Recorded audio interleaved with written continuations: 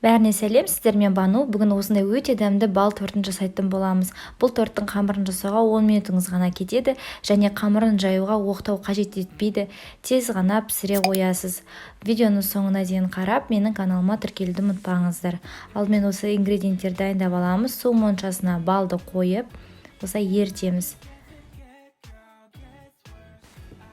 Бал еріген бойда 1 шай қасық содасын салып, үстінен осы әппақ болып көтерілгенше араластырамыз.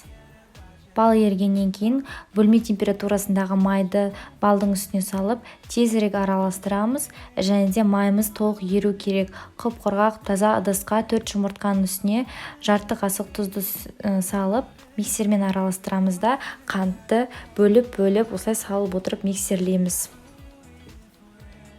Жұмыртқаламасымыз бұл да көтерілу керек, 4-5 минуттай осылай айналдырамыз.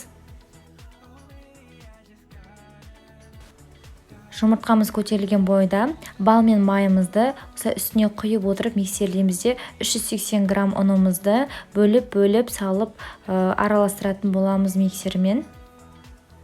Не үшін бөлеміз? Себебі жұмыртқамыз тапталып кетуі мүмкін.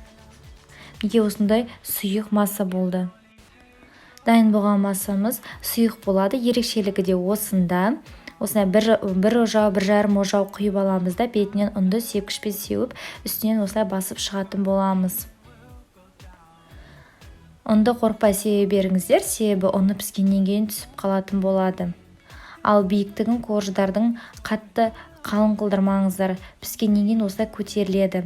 Мінекей 6 корж дайын болды. Бисквиттің корждары секілді, бірақ өте дәмді, әрі мінекей сынбайды. 1 коржды сыртына, 5 коржды торттың өзінің ішіне қолдандым. Соның өзінде өте биік торт болды. Креміне сармай, қатын тағы және сгущенка үшеуін араластырдым.